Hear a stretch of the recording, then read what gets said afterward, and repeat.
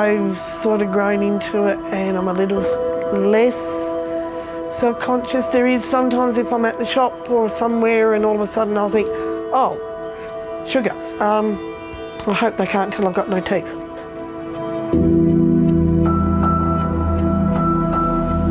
It's been 14 years since Jane Bridges woke up with a large swelling in her cheek.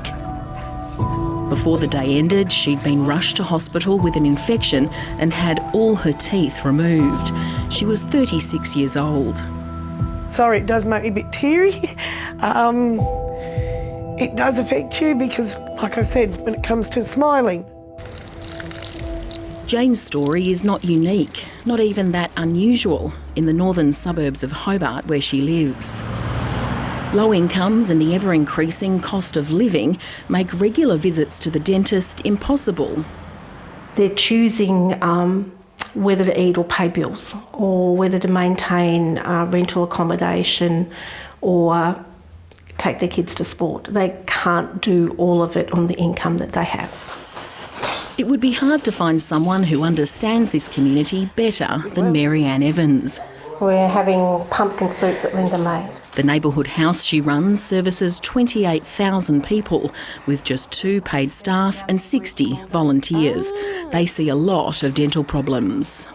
They'll be put on a waiting list and they might have to wait 2 to 3 years before they see someone.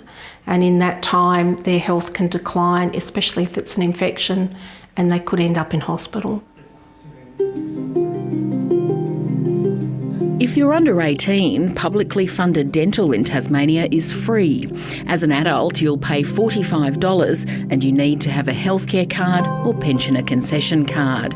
The median waiting time for a general appointment last financial year was 2 years.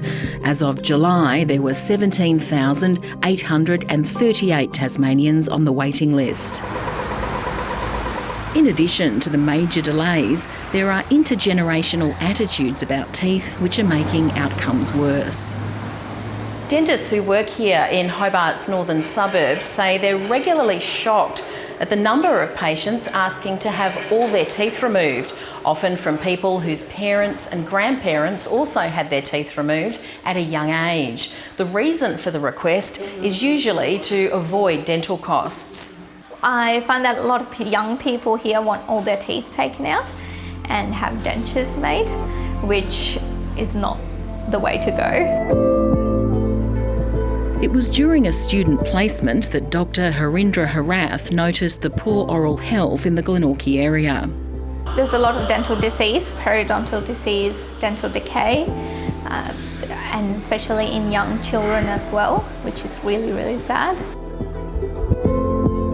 Often children end up in the risky situation of having a general anaesthetic because of something almost completely avoidable.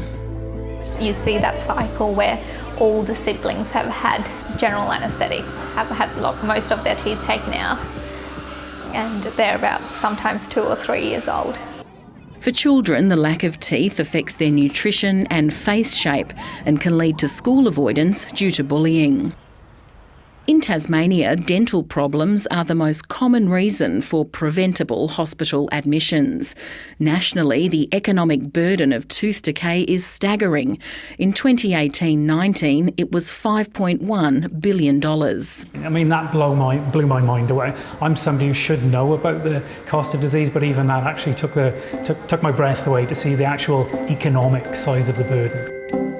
Your teeth are the only part of your body not covered by Medicare, and if dental problems aren't fixed, that can soon lead to other serious health issues, such as lung conditions, cardiovascular disease, oral cancers, diabetes, adverse pregnancy outcomes, and stroke. The state government has committed $5 million to create thousands more dental appointments and is embarking on a recruitment drive to hire more dentists. And the Glenorchy Dental Centre is to expand from 3 surgeries to 6.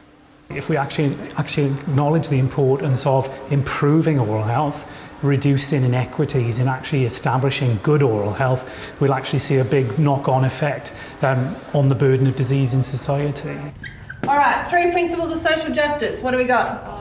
Equity. This Claremont College class is learning about the barriers many people face in accessing healthcare. There's not a lot of community push to go to the dentist. You don't see lots of health promotions promoting the dentist. It really depends where you're living, because there might be education levels higher in a higher socio-economic area.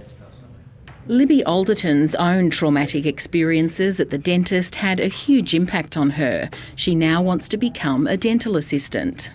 I was really stressed and nervous when I used to sit in the dental chair, and I think if I can help someone get over their fear, then that's a good thing. That's a good thing to think about for me. For Jane Bridges, not having teeth could be getting in the way of finding work. She's been looking for 8 years and often gets interviews. I don't know if having no teeth and people realise when I go to the interview part. Do they know? Can they tell? That's why I'm not getting to the next stage. It's a difficult reality to accept. Thankfully, Jane's loved ones see her for who she is, especially her husband. On the morning of our wedding, he said to me, I met you with no teeth, I will marry you with no teeth. I love my husband dearly.